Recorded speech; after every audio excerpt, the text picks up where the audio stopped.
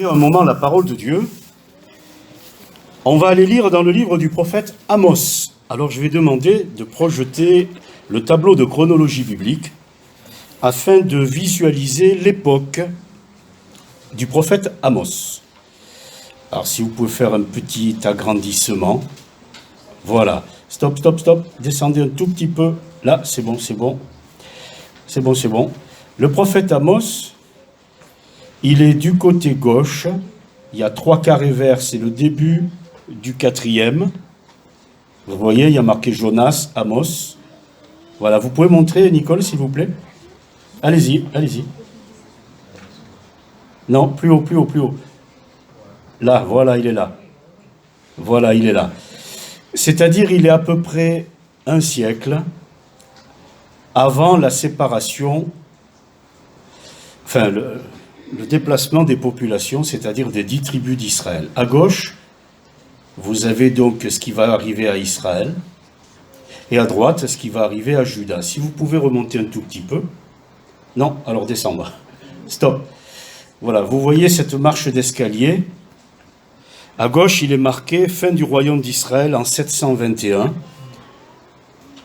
Juste avant, il y a eu les prophètes, notamment le prophète Ésaïe, qui a annoncé ce qui devait arriver.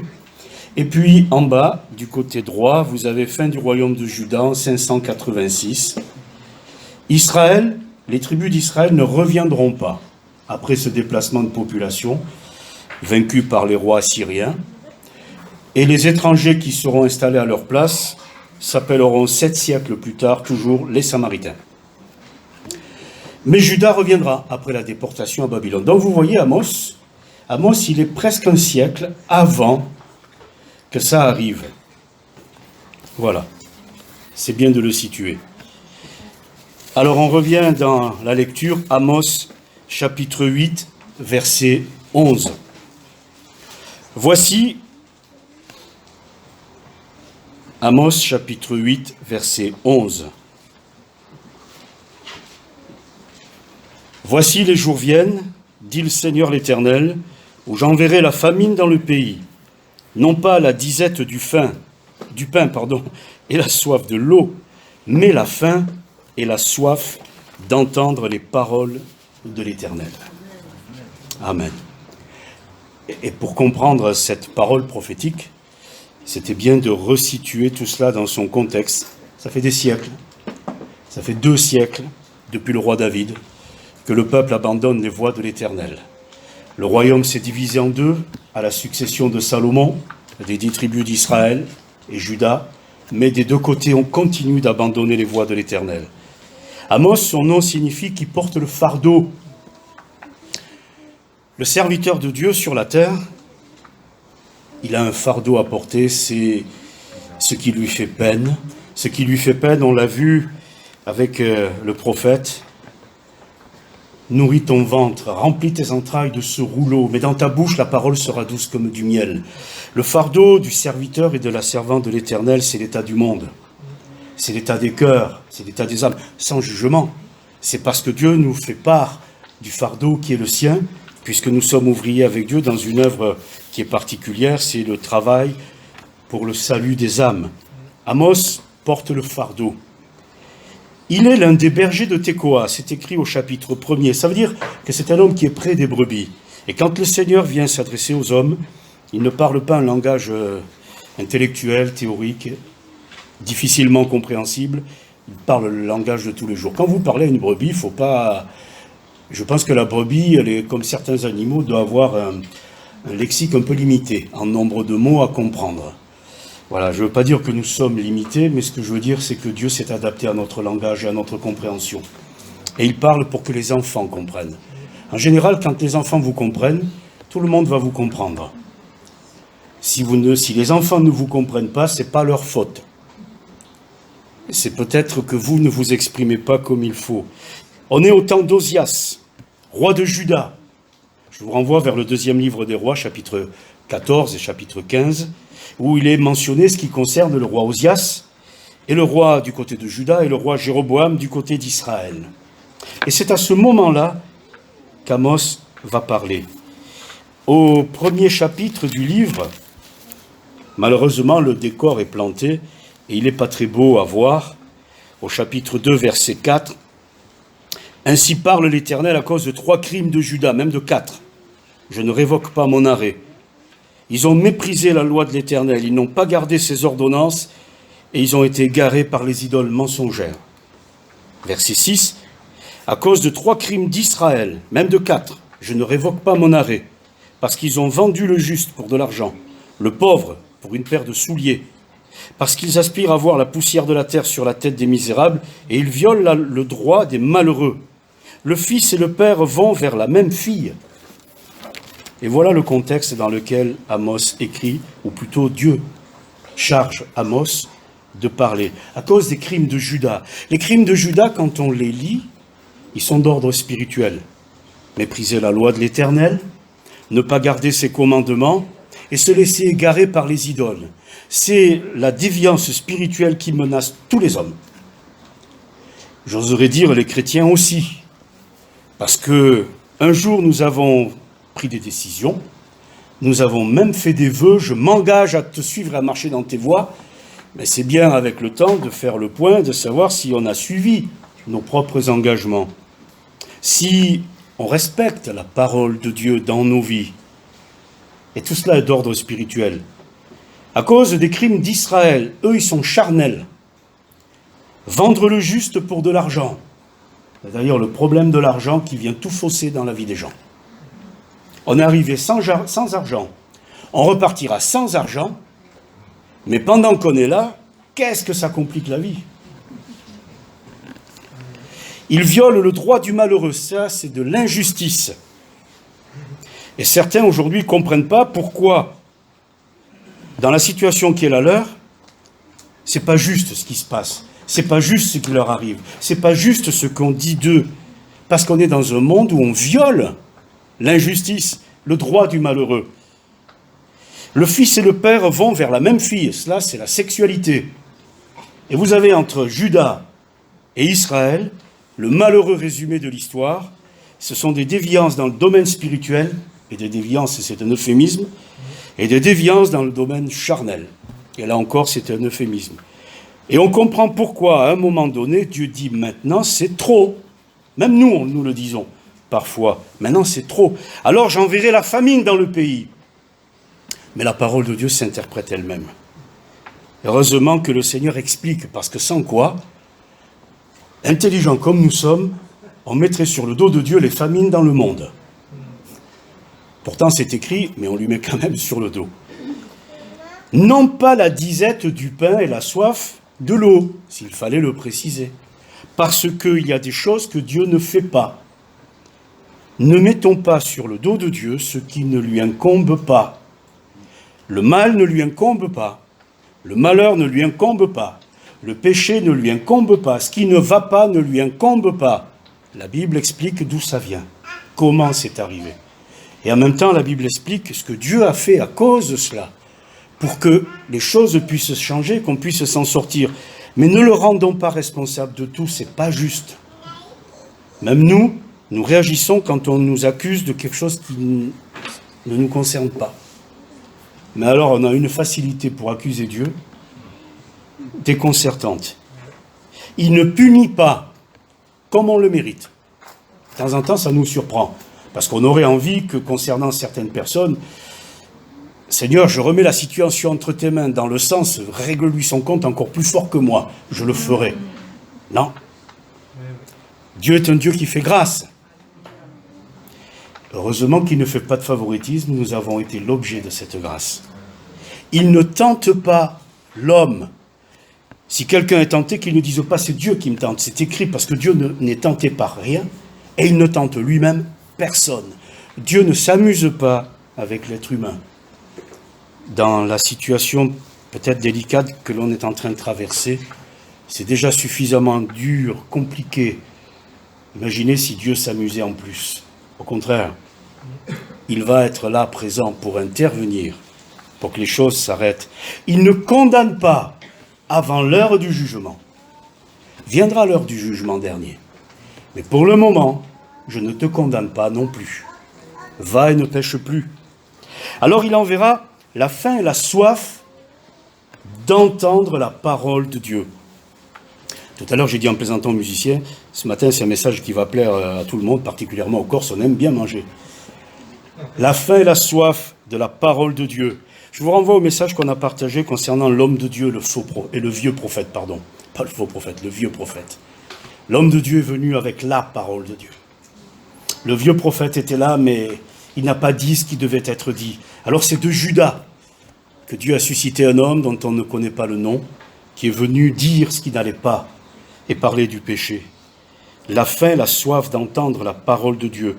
Alors je me suis posé la question, parce que de temps en temps, c'est bien de se poser la question. Entre parenthèses, j'ai dû faire un bilan sanguin complet il n'y a pas longtemps. Comme vous, j'ai tout compris aux résultats d'analyse, parce qu'il faut un spécialiste pour interpréter les chiffres. Mais ce que j'ai compris, c'est qu'il y a une valeur de référence à chaque fois. Soit vous êtes en dessous, soit vous, et ça s'explique, ou ça peut s'expliquer, soit vous êtes en dessus. Mais si vous êtes dans la petite fourchette valeur de référence, tout va bien. Il faut dans nos vies avoir des valeurs de référence. Et les valeurs de référence, ce n'est pas les autres. C'est le Seigneur. En venant tout à l'heure, je pensais à vous dire ceci. Peut-être une lecture pour l'été qui sortirait de l'ordinaire au niveau des Écritures serait de relire les Évangiles, en commençant par le premier miracle, et de dire, en essayant d'oublier ce qui s'est passé, qu'est-ce que j'aurais fait? Et la valeur de référence, c'est ce que le Seigneur a fait. Soit je suis en dessous, soit je suis en dessus. Il manque de vin. Le premier miracle, il change l'eau en vin. Les très spirituels diraient, mais ah non, c'est pas quand même bien que le premier miracle, ce soit de donner du vin à boire. Alors, le Seigneur l'a fait, ça s'explique dans un contexte particulier. Mais moi, je peux être en dessus de lui au niveau spirituel. Alors non, moi je suis très spirituel, des bénédictions comme ça, non. Alors on va charger nos frères outre-Atlantique, les Américains, je suis sûr que sur cette question, transformer l'eau en vin, non, mais eux, ça remonte à la prohibition. Ça s'explique. Peut-être qu'on aurait été en dessous. Prenez les miracles. La référence, c'est ce que le Seigneur a dit, c'est ce que le Seigneur a fait, et essayons objectivement, je vais le faire pour moi, qu'est-ce que j'aurais dit? Et je le compare à lui. Qu'est-ce que j'aurais fait? Et je le compare à lui. Je pense que le résumé, on l'a déjà, ou la conclusion, on l'a déjà, on aurait bien été avec les disciples. Ne vous inquiétez pas, on n'aurait pas dénoté d'avec l'ensemble des disciples. De quoi sommes-nous faits, puisqu'il y a des analyses à faire, à comparer avec une référence de normalité, afin de comprendre de quoi nous avons besoin? Eh bien, il forma l'homme de la poussière de la terre.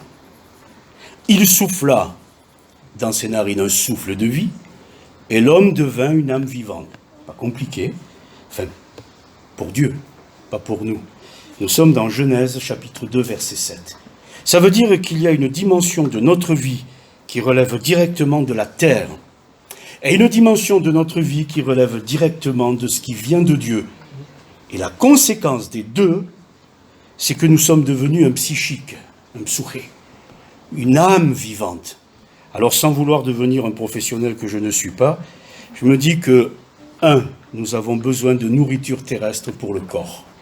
Et il ne faut pas négliger cela. L'enfant, le bébé, le nourrisson, a besoin de lait. J'oserais même vous dire, il n'a pas besoin de prière. S'il est en train de pleurer, ne priez pas pour qu'il se calme, donnez-lui du lait. Donnez-lui à manger. J'exagère un petit peu, mais parfois nous mettons du spirituel là où c'est pas le moment. C'est pas que le spirituel n'est pas important, vous comprenez que c'est pas du tout ça le sujet, mais c'est que parfois nous mettons du spirituel là où c'est pas le moment, c'est pas le lieu. L'enfant, il a besoin de lait, il a besoin de nourriture. Manger de tout ce qui se vend au marché. C'est là où le message, normalement, doit faire dire Amen. Eh oui. Sans vous enquérir de rien par motif de conscience. Sans abus. Là, c'est le deuxième Amen. Et il a du mal à sortir. Sérieusement, nous avons besoin de nourriture pour notre corps. Si le Seigneur lui-même n'avait pas pris soin de son corps 3 années au rythme qu'il les a vécues, surtout en passant des nuits, parfois sans bien dormir. Alors, les plus spirituels vont dire, mais c'était le Seigneur.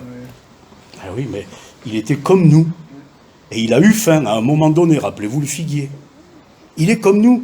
Nous avons besoin de nourriture. Ne mettons pas du spirituel avant l'heure. Et puis rendons grâce à Dieu pour ce que nous avons. C'est pour ça que nous rendons grâce au repas. Soit que vous mangiez, soit que vous buviez, soit que vous fassiez quelque autre chose, rendez grâce à Dieu. Il ne faut pas tout spiritualiser. Dans Romains chapitre 14, il est dit, l'un pour plaire à Dieu ne mange que des légumes. Eh ben, on ne va pas tout spiritualiser. Qui mange que des légumes? Moi je me fais tout à tous, dira l'apôtre. Il y a un risque de déséquilibre dans ce sens. Ne sois pas juste à l'excès, dit la parole de Dieu. Je pense qu'on pourrait même dire, ne soyons pas plus durs que Dieu. Ne soyons pas plus durs que lui. Il dira, vois-tu de mauvais œil que je sois bon? Alors je sais, je ne me rappelle plus l'expression le mauvais œil.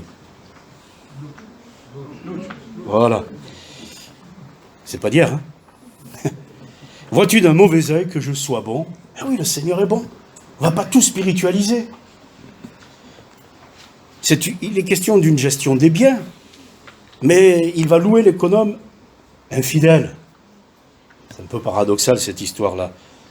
Et puis Jésus savait prendre un repas sans parler de Dieu tout de suite. Alors c'est peut-être un peu fort ce que je dis là, mais je l'assume parce que c'est quand même une constatation. Il était invité partout au point que ça faisait discuter, les religieux en particulier. Mais c'est quand on l'interpellait qu'il parlait. Si cet homme savait que c'était une femme de mauvaise vie, alors là, Jésus va répondre. Le ministère de Jésus, donc, commence par une invitation à des noces. Si la question nous avait été posée, quel devrait être le premier miracle du Messie sur la terre? Je suis sûr qu'il n'y en a pas un qui aurait sorti cette situation-là.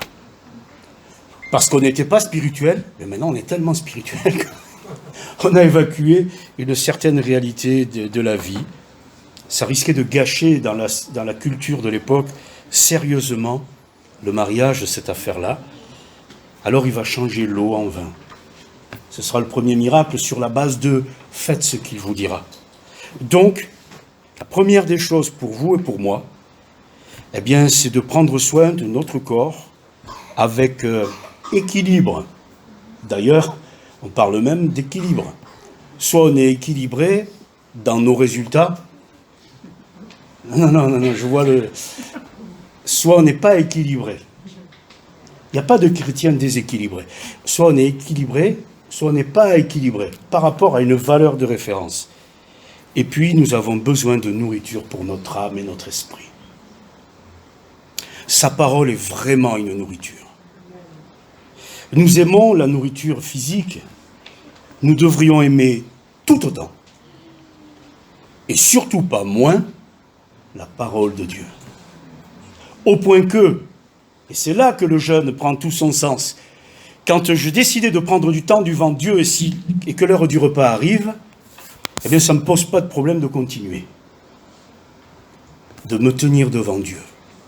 Et ce que je vise, c'est pas de sauter un repas, 2 repas, 3 repas, et qui serait presque méritoire, parce que l'un dirait, moi j'ai jeûné 3 jours, ou l'autre de dire, moi 4 jours. C'est pas ça le but. Je me suis tenu devant Dieu, rien ne m'a perturbé, rien ne m'a distrait. La priorité est à la nourriture spirituelle, sans que ce soit au détriment de la nourriture physique. D'ailleurs, le Seigneur le dira dans Jean chapitre 6, le fameux long chapitre, où il va dire des choses qui vont un peu déranger vers la fin. Travaillez pour la nourriture qui subsiste pour la vie éternelle.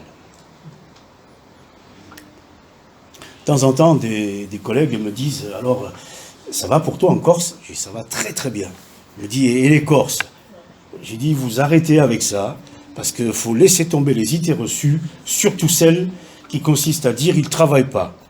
J'ai dit, venez, Moi, je connais un frère de l'église. J'ai eu du mal à le suivre pour monter les agglos. Et je ne suis pas le seul, à mon avis, si on demandait à Jean de recommencer. Et il a 80 ans. Alors, je dis, vous arrêtez avec ça. Les Corses travaillent. Et nous devrions travailler davantage pour la nourriture qui subsiste, pour la vie éternelle.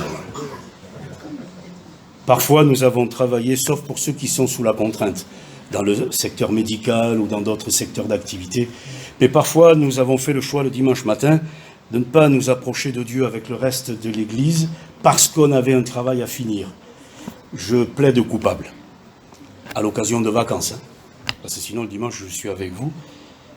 Erreur fondamentale, qui suscite même une petite expression qui n'est pas chrétienne, c'est que le travail qu'on fait le dimanche, il faut le reprendre parfois le lundi. Est-ce qu'en proportion, nous travaillons pour la nourriture qui subsiste pour la vie éternelle? Autrement dit, est-ce que nous allons chercher des plats cuisinés, mijotés, dans la parole de Dieu? Mais ce n'est pas les autres qui vont les mijoter pour nous. Il n'y a pas un bon duel biblique.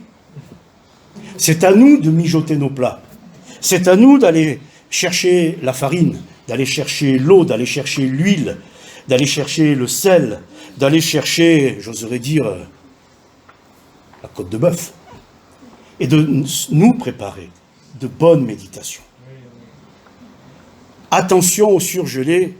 Maintenant, vous le savez, je le dis de temps en temps, qu'on va chercher sur Internet des plats vite faits, dont vous ne savez pas dedans quels sont les produits. Il y a peut-être du saturé, de l'insaturé, tout ce qui ne va pas très bien. Préparez vous-même vos plats. Mijotez vous-même vos plats. Méditez vous-même la parole de Dieu. Et ne demandez pas aux autres ce qu'ils pensent de ce sujet. C'est à nous d'aller méditer. Si nous ne faisons pas cela, nous allons nous nourrir de choses préfabriquées. Enfin, ça ne se dit pas comme ça pour la nourriture, mais fabriquées dans le commerce, ailleurs, vendues d'une manière ou d'une autre, avec parfois des ingrédients qu'il ne faudrait pas. Travailler pour la nourriture qui subsiste pour la vie éternelle.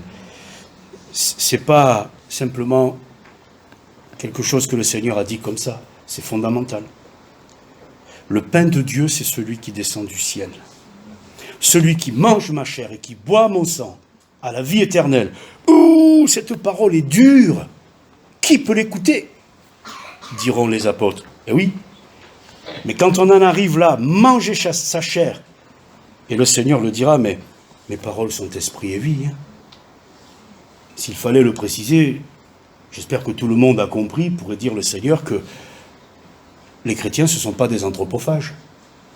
Pourtant, au début du siècle de l'Église, on a traité les chrétiens d'anthropophages parce qu'ils disaient « nous prenons le corps du Christ et nous buvons le sang du Christ ».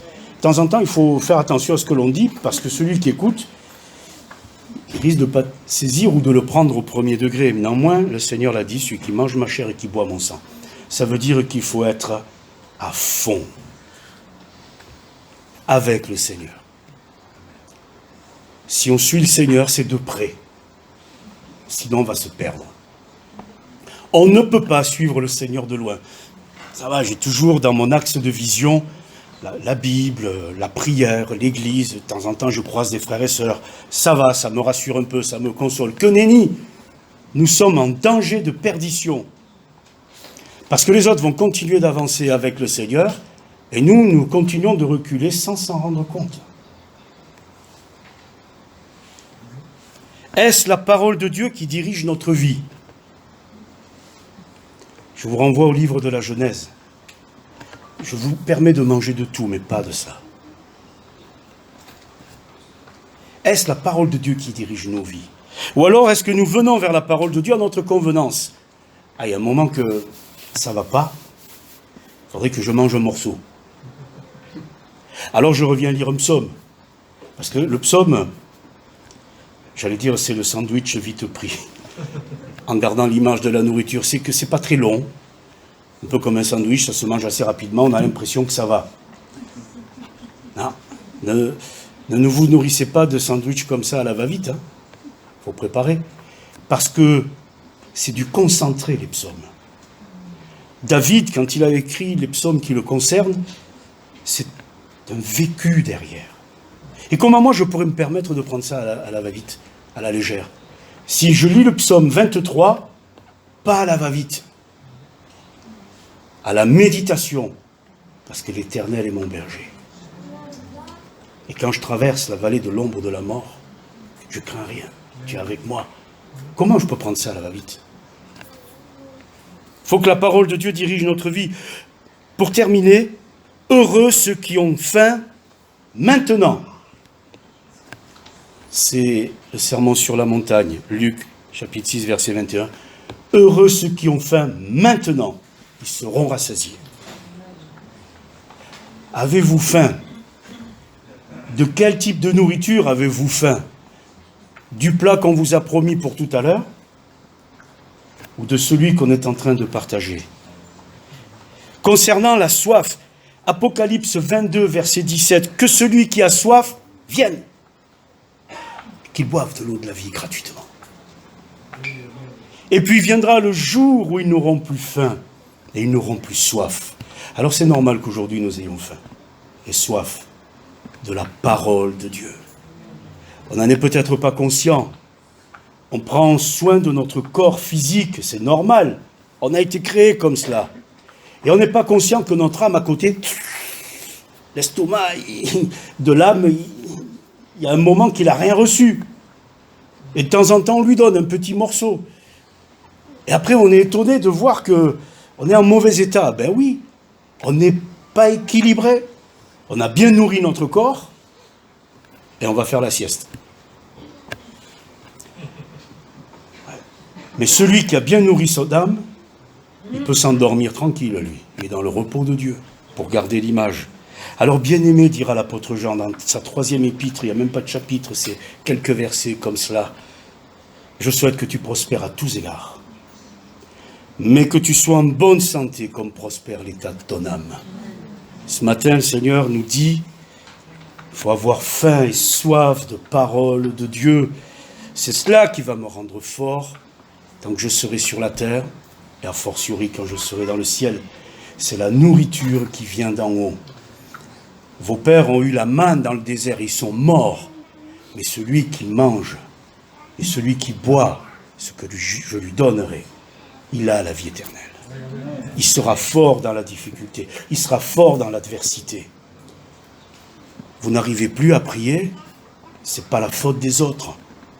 C'est pas la faute des autres. Il y a un manque de tonus dans la vie spirituelle, lié à un manque de nourriture. Ça génère une carence, un déficit. Et on le sait très bien. Quand il apparaît une carence, on va vous dire, écoutez, remettez-vous à manger de ce que vous ne mangez plus là. Ne jouez pas avec la nourriture. Ne mangez pas toujours la même chose. Ah, je lis tous les jours le psaume 23. C'est très bien. Alors, ça sert à quoi que le Seigneur nous ait donné tout le reste? Il nous faut tout. Alors, certains peuvent prendre le psaume le plus court. Ça, c'est le sandwich mini, vite pris, quand j'ai plus le temps. Et j'ai l'impression que j'ai fait ce qu'il fallait. Attention aux fausses impressions. Alors, on va s'arrêter là, mais que nous ayons faim et soif d'entendre les paroles de l'Éternel, les paroles de Dieu. Et les paroles que Dieu va me donner, c'est quand je vais rentrer dans ma chambre, fermer ma porte et me tenir là, dans le secret. Et mon Père, qui voit dans le secret, va me donner ce dont j'ai besoin. Et mon âme sera restaurée. Mon âme sera rassasiée. Mon âme sera désaltérée. Peut-être qu'à l'extérieur, je serai physiquement moins fort, mais à l'intérieur, par la grâce de Dieu, je suis en pleine forme. Que le Seigneur soit béni. Amen. Te rendons grâce, Seigneur, parce que tu viens pour nous donner la vie, et la vie en abondance. Il y a dans ta parole tout ce dont nous avons besoin. Pour celui qui s'approche de toi, tu lui donnes une nourriture et progressivement, tu lui donnes de plus en plus. Et quand il passe dans des moments difficiles, tu lui donnes alors, Seigneur, la force dont il a besoin. Seigneur, merci d'être avec nous. Merci d'être celui qui nous a donné comme repas ta vie. Ce matin, nous voulons nous en nourrir et que ta bénédiction, ta vie devienne la grâce, le salut, la force de celui qui s'en saisit, qui s'en nourrit. À ton nom la gloire, Seigneur. Amen.